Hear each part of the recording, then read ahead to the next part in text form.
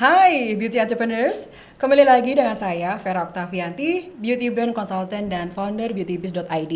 Buat Anda yang baru pertama kali ada di channel ini, perkenalkan beautybiz.id adalah brand development consultant yang memiliki misi mengempower lokal brand untuk bisa stand out di tengah kompetisi dengan 360 derajat strategic branding dan product innovation.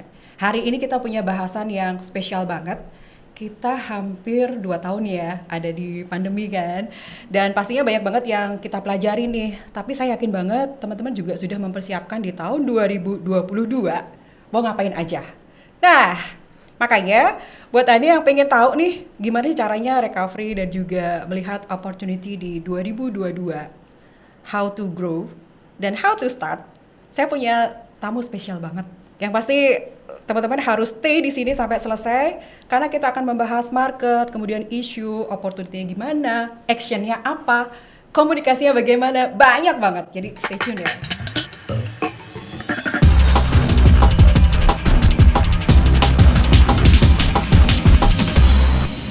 Nah, udah gak sabar lagi kan, siapa sih yang saya undang ini? Buat teman-teman yang pengen tahu nih market data gitu kan, terus juga customer behavior seperti apa. Nah, hari ini orangnya tepat banget nih untuk kita tanya-tanya ya. Dia adalah Biranti Sudrajat. Halo Mbak Vera sama teman-teman beauty entrepreneur semuanya. Sehat ya Mbak? Alhamdulillah. Bertahan? Bertahan ya? Survive ya? Survive. Oke, ada pengalaman pahit dan manis di 2 tahun ini, gimana perasaannya? Keep going sih Mbak Vera ya. Apalagi kan aku di agency kan, ya klien ada yang terpuruk juga, ada yang masih bertahan juga. Masih bertahan ya, oke. Kalau di kategori teknologi sih masih bisa speed on mereka. Dan juga kosmetik ya kan? Dan kosmetik. Saya ingat banget, ingat kan Maret 2020? Waktu pas PSBB ya, namanya PSBB atau PPKM? PSBB kan? PSBB dulu tuh. Semua kan shock ya? Shock. Bener kan? Semuanya shock. Dan saya sempat checking one of my client. Gimana bisnisnya gitu kan? Gimana bisnisnya tuh? Nggak apa-apa Mbak. Jadi nggak apa-apa, kenapa? Karena memang fokusnya itu ada di digital kan. Jadi memang untuk teman-teman di kosmetik tuh kan pasti yang terpengaruh tuh yang punya retail offline kan. Karena mallnya pada tutup kan. Dan which means itu untuk bisnis yang lebih besar kan. Pasti. Udah gitu juga terpengaruh dari masalah importation, raw material. Bener nggak? Iya, itu pasti ngaruh banget pasti ya. Pasti ngaruh banget kan. Nah terus untuk teman-teman yang skalanya kecil itu baik-baik saja. Baik-baik saja ternyata ya. Karena mereka bisa bertahan di channel digital nih. Di digital. Ya. Nanti kita bahas ya, karena juga ada teman-teman yang mengalami stock out juga. Gitu, jadi habis barangnya. Padahal pandemi ya kan? Iya. Nah, gimana tuh? Itu pasti kita belajar dari mereka ya. Nah, makanya. Oke, nah hari ini kita akan membahas yang terjadi kemarin tuh apa gitu ya Mbak di tahun 2020-2021. Yang terjadi di kategori skincare nih Mbak, di kosmetik.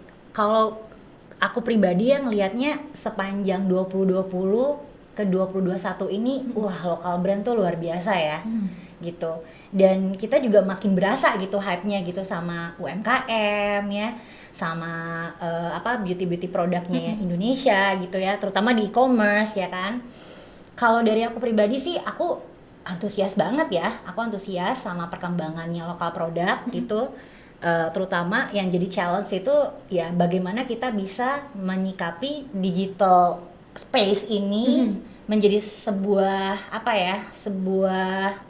platform yang benar-benar bisa di utilize gitu, dimanfaatin gitu. Nah kalau Mbak Vera sendiri apa yang terjadi tuh selama 2020 ini? Ritual skincare lebih panjang. Dari pagi sampai mau tidur, ritual skincare makin panjang karena punya banyak waktu. Betul. Karena kalau misalnya dari segi data, karena kebetulan aku di sisi strat plan kan, di strategic planning department, itu kita cukup kewalahan ya, tanda kutip kewalahan, karena kita melihat data tuh bergeraknya cukup fleksibel gitu, tuh naik turun berubah terus. Memang ini cepet banget, dinamis banget ya. Benar-benar dinamis banget gitu kan. Apakah ada perubahan preferensi konsumen gitu terhadap produk gitu sekarang ini? Terutama ya kita skincare lah ya. Kalau preferensi perubahannya menurut aku sih nggak signifikan sih Mbak Fer. Yang jelas sekarang itu kalau kita lihat di pencariannya Google ya, kemarin kan Google juga ngeluarin ya report mereka untuk di personal care, beauty care gitu. Pencarian orang-orang Indonesia tuh terutama banyak di perempuan, itu mereka lebih spesifik lagi mencari kata kunci ingredient gitu. Yang kayak tadi aku sebutin tuh ceramide ya, pasti Mbak Fer lebih paham tuh ya. Mungkin buat sebagian orang awam mereka makin penasaran lagi sama spesifikasi ingredient. Tapi kalau aku lihat problemnya kulit kita itu ya, problemnya beauty itu masih sama kok, masih soal seputar mengatasi jerawat, mengecilkan pori-pori ya, mencerahkan kulit, glowing, lebih sport lagi untuk pingin punya kulit yang glowing sama halus gitu. Jadi dan preferensi beauty consumer sekarang terhadap natural ingredient alami dan segala macam itu masih sangat tinggi sekali. Karena semakin lama di rumah makin banyak waktu untuk bikin masker alami gitu kan. DIY, Do it by yourself ya? Do it by yourself. Kayak Iya. gitu. Yang salah satu yang tinggi itu pencariannya tuh masker, bagaimana membuat masker berbahan kopi gitu. Emang kalau Mbak Vera sendiri tuh masker kopi itu buat apa sih? Sebenarnya kan di kopi itu ada antioksidan sih. Cuman hati-hati aja kalau misalnya kita bikin sendiri gitu ya. Kita nggak tahu apakah ada alergen atau enggak ke wajah kita. Jadi sih sebaiknya pakai yang aman sih. Gitu. Ya, in overall data ya, kalau kita ngomongin data tuh sekarang kita ngeliat beauty consumers tuh udah lebih tahu karena mereka lebih banyak waktu di rumah, jadi mereka juga lebih paham sama karakter kulitnya mereka gitu, lebih paham sebenarnya tuh gue tuh kombinasi tuh gimana sih, kalau berminyak tuh kayak gimana sih gitu, jadi mereka lebih pintar memahami diri sendiri dan mereka lebih conscious ya dengan apa yang mereka pakai kan. Iya, lebih. Mbak, tadi kan Mbak sempat bilang bahwa konsumen itu sekarang lebih, kalau pencarian tuh lebih spesifik ya, kayak cari ceramide, niacinamide gitu kan. Benar. Kalau di 2022 akan sama ya berarti? Kurang lebih sama sih Mbak. Dan glowing itu masih sama juga? Masih sama. Salah satunya itu kategori yang mereka look out banget itu adalah cleansing produk. Itu mereka kayak often banget tuh ganti-gantinya tuh gitu. Salah satu yang naik pencariannya tuh adalah cleansing balm gitu kan. Iya, saya pakai tuh. Iya kan? Cleansing balm sama moisturizer itu kalau nggak salah spiking 52% tuh pencariannya selama setahun. Tinggi ya. Sebelum kita terlalu jauh deh, karena itu seru banget ya. Jadi sebenarnya kita udah sering beberapa kali kerjasama ya Mbak, kerja bareng kan. Jadi Mbak Mir tuh sering banget dulu kita kerja bareng untuk launching brand baru, produk baru. Branding activation kayak gitu kan. Siapa tahu pernah ketemu sama Mbak Mir pas launching sesuatu gitu ya. Jadi nah dasarnya strategic planning itu kan sebenarnya market intelligence ya Mbak ya. Jadi kalau teman-teman pernah dengar itu market intelligence itu kayak sistem informasi marketing yang intinya tuh mencari data, terus kemudian analisa, dan itu sebagai dasar pengambilan keputusan oleh marketing dan siapapun yang harus membuat strategi ini, bikin plan ini dan implementasinya gitu. Jadi ini juga buat teman-teman yang baru mulai juga bahwa setiap yang direncanakan itu harus ada datanya, harus ada risetnya. Nah, kita menganalisa data sih Mbak, tapi kadang di strat plan itu kita menyingkatnya strat plan ya. Tim di strat plan itu kita tuh selalu tidak boleh 100% reliable sama data gitu. Nggak boleh. Tapi kita harus doing the market visit juga. Kita harus ngobrol sama konsumen gitu. Tapi kalau dari data itu sendiri tuh kita bisa melihat, bisa ngebayangin journey-nya konsumen jadinya. Oh, mereka itu kalau mengkonsumsi media tuh, oh ternyata lebih suka di Instagram tuh untuk target market yang usianya sekian gitu ya. Oh, bentuk kreatif yang seperti apa, konten seperti apa yang dikunyah sama mereka. Nah, itu yang lebih detail kayak gitu sih yang bisa membantu. Nah, makanya kan kita kadang bagi tugas kan. Kalau kita riset ke sebuah komunitas tertentu kan mana yang cocok saya nyemplung sama Mbak kan. Iya. Ya kan? Iya. Kan kita harus tahu langsung ya. Benar. Kita tuh ngeliat banget ya bahwa kemarin entah karena ada banyak banget program di e-commerce juga. 11, 11, 12 dan seterusnya gitu. Ya Allah, aku udah mulai capek sebenarnya loh Mbak. Udah capek sama diskon ya? 12. Itu heboh banget gitu ya. Asli. Terus juga, dan saya tuh bener-bener senang banget saat ini tuh brand lokal kan bagus-bagus ya. Iya. Dan juga teman-teman juga sangat welcome gitu terhadap produknya juga bagus-bagus gitu. Seberapa kuat sih kemarin itu 2021 Apanya? brand lokal ini Heeh. di digital kemarin? Wah, bergelut ya Mbak, dan menurut aku sih berdarah-darah juga sih ya. Karena gini, ketika kita ngomongin digital, kayaknya is easy peasy to handle, tapi sebenarnya enggak loh. Kita tuh mesti benar-benar sebenarnya harus bisa melihat karakter dari media gitu. Kalau misalnya kita mau melakukan marketing fokus di Instagram, kita mesti lihat karakternya Instagram itu adalah content driven loh. Kalau misalnya konten kreatif kita nggak kuat, bikin unik statementnya nggak kuat, ya mereka akan ya you passing aja gitu. Jadi karakternya salah satunya buat Instagram ya harus content driven, itu satu tuh. Kalau di Facebook misalnya itu udah community, it's a place of community, jadi beda function, beda karakter. Kita kemarin sudah membuktikan ya bahwa industri kosmetik tuh industri yang sangat resilient kan. Kemudian juga banyak banget activation yang dilakukan oleh brand-brand lokal tuh bagus-bagus ya, sehingga tuh kayak seolah-olah tuh kayak mau bilang bahwa kita bisa melewati ini bersama loh. Ya kan? Seolah-olah ya. Seolah ya. Jadi ada yang kasih gimmick masker, terus kemudian free hand sanitizer, kemudian juga ada yang donasi yang gede banget gitu kan, dan juga banyak banget brand-brand yang bikin hand sanitizer, kemudian juga hand cream yang ada antibakterial dan seterusnya, dan campaign-campaignnya tuh bikin hati adem gitu kan. Nah, dari situasi yang sebaliknya kan juga crowded banget ya. Crowded banget Kan, banyak banget brand baru gitu ya, produk baru, dan yang sudah ada pun juga bikin produk-produk baru gitu betul. kan. Nah, dari Mbak Mir sendiri bagaimana sih melihat situasi ini gitu? Situasi sekarang tuh it's messy Mbak, dan menurut aku di tahun mendatang itu is getting messier. Dan ini nggak cuma dari segi industrinya aja, tapi dari segi konsumen ya, ekspektasinya konsumen, kebutuhannya mereka gitu, cara mereka berbelanja gitu ya, cara mereka mengambil keputusan juga is getting messier gitu. Karena konsumen sekarang itu tuh mereka cenderung melakukan, jadi ada istilahnya kita nyebutnya messy middle Mbak. Messy middle itu adalah dimana konsumen tuh berkutat aja ketika dia mencari produk nih, mereka berkutat aja di eksplorasi sama evaluasi, dan itu bisa berhari-hari mereka lakukan sampai akhirnya mereka klik purchase gitu. Jadi journey-nya lebih panjang Dan lebih berantakan, lebih menyerut. Kalau ada benang tuh tengah-tengah tuh jerut gitu. Jadi kita nyebutnya messy middle sebenarnya di situ. Nah, apa sih yang perlu disikapi kan sebenarnya sama brand ya? Ya simple kok. Bikin semuanya yang kita harus lakukan tuh kita harus provide clarity aja gitu. Clarity Gitu, sesimpel mungkin. Mulai aja dari deskripsi yang singkat tapi fokus sama solusinya gitu.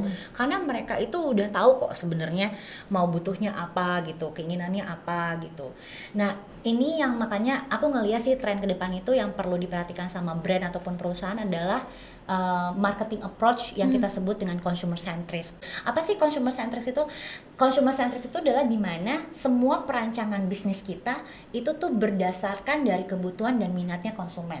Jadi nggak cuma dari selling produknya aja, tapi dari filosofinya, dari culture-nya, semua based on consumers gitu. Jadi journey-nya consumers kita perhatiin, experience-nya bagaimana. Nah itu teknis banget lah ya. Maksudnya kalau udah sampai ke dalam tuh ngomongin consumer centric, intinya kita selalu mendengarkan bahwa konsumen itu adalah raja. Wah, yang sekarang ini bukan King raja of the lagi. king. Yang sekarang bukan king of the king lagi. Ini beyond king of the king gitu.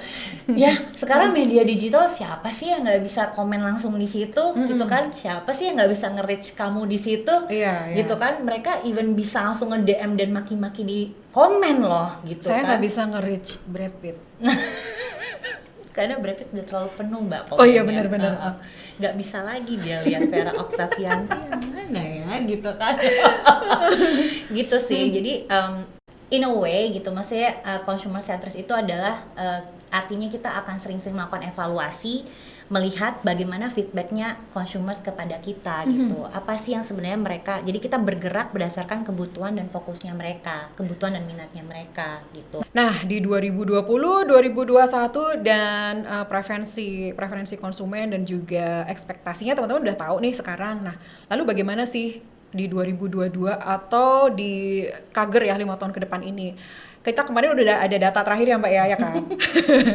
Nah itu ada perubahan nggak, misalnya naik lagi, misalnya estimasinya naik lagi gitu, market di 2022 dan estimasi di 5 tahun ke depan kayak gitu. Terus kira-kira yang mana nih yang akan growth lebih tinggi dari yang lain kayak gitu? Yang aku paling lihat signifikan itu ada di sun protection sih kategorinya. Karena di sepanjang 2020 itu dia minus 22,7 loh. Oh. Untuk revenue change ya kita ngomong. Ini perubahan revenue. Kayak begitu di 2021 Mbak, mungkin karena orang lebih aware lagi ya sama environment, sama pengaruh kulit, sinar matahari terhadap kulit gitu. Itu dia malah jadi plus 1,3% loh sekarang itu di tahun 2021. Nah, prediksi 2022 dia itu bisa meningkat sampai 44,5%. Gede ya?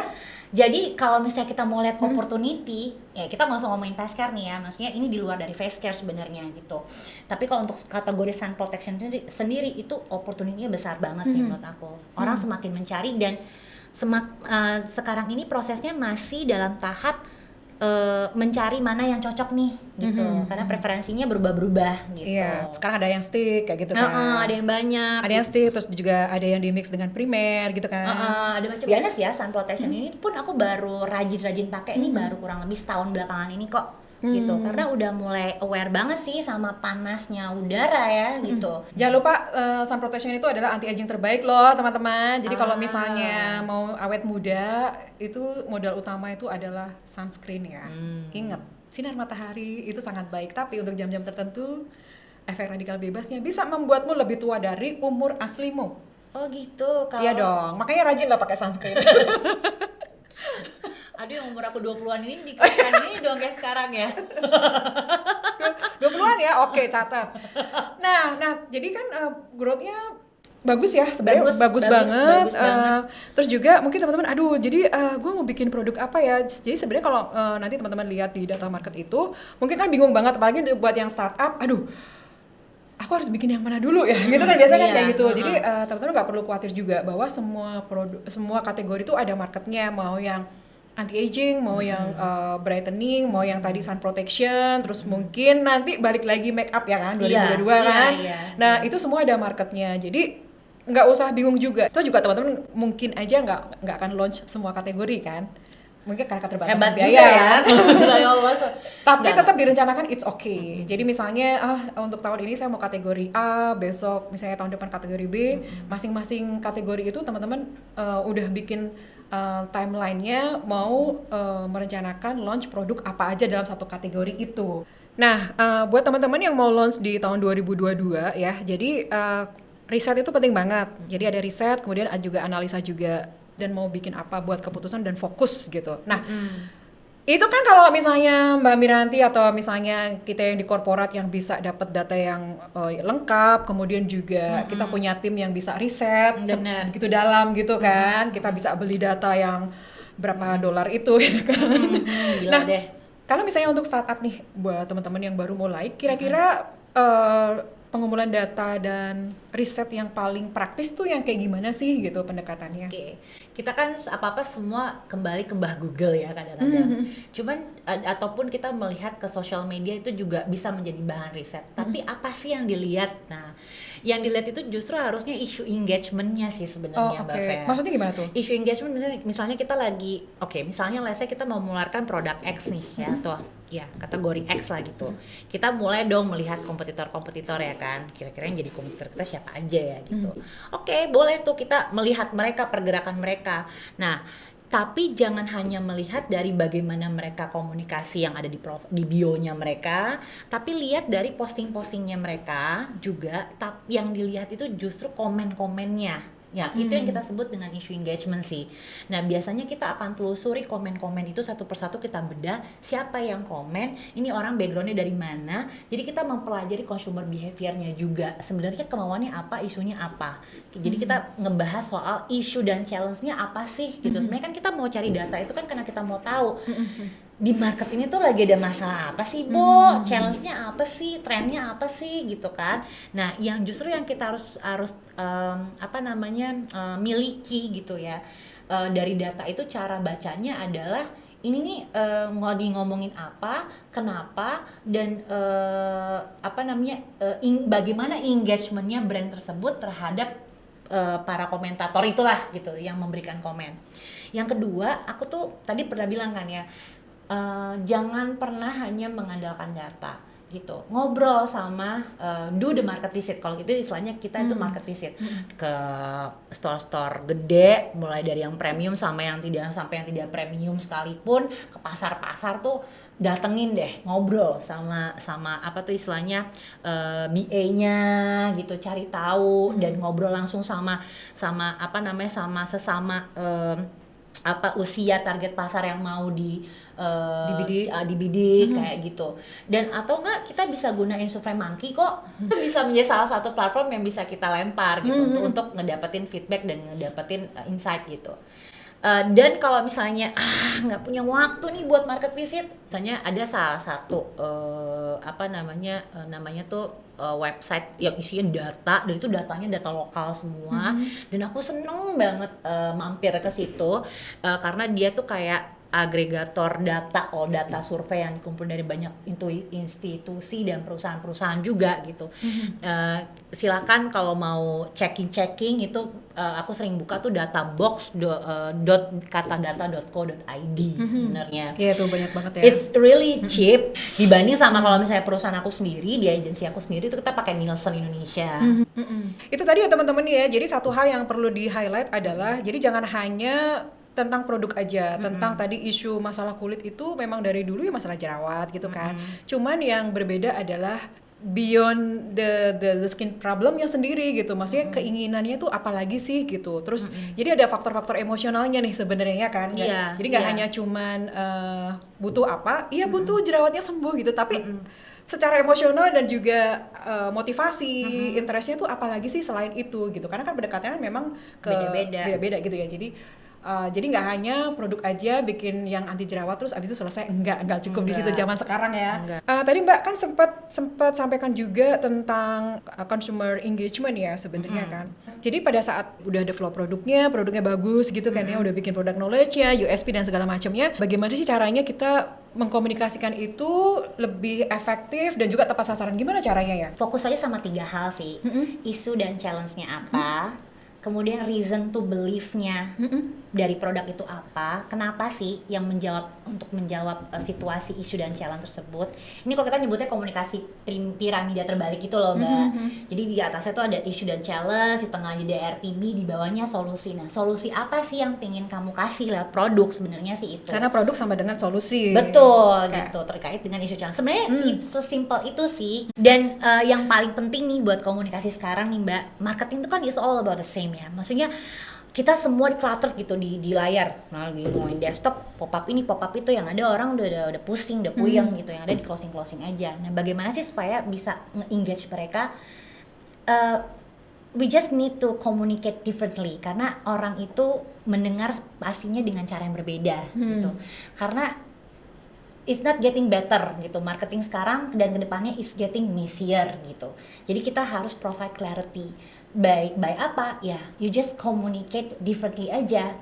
Fokus sama keunikan, sama kebutuhannya dan solusinya tuh apa. Udah itu aja. Make it simple gitu. Karena orang udah capek baca soalnya. Iya, gitu dan kan. orang juga sibuk banget gitu kan. Iya, gitu. Oke. Nah, Mbak, orang pada saat mau campaign ya, entah mau launching brand baru, produk baru, atau misalnya campaign kayak gitu kan, pasti kan yang pertama dilihat kan, ini budgetnya mahal, ini budgetnya terlalu murah gitu kan. Nah, kira-kira gimana sih? Padahal kan harusnya yang dilihat tuh bukan mahal dan murah, tapi seberapa efektif kan? Iya dong. Dari aktivitas yang dilakukan itu. Iya, Nah, gimana sih caranya bikin campaign yang efektif gitu? itu balik lagi ke vehicle-nya gitu. Ini bukan hanya komunikasinya aja tuh. Komunikasi itu kan satu hal ya, tapi channel yang mau digunain tuh apa gitu, vehicle-nya apa.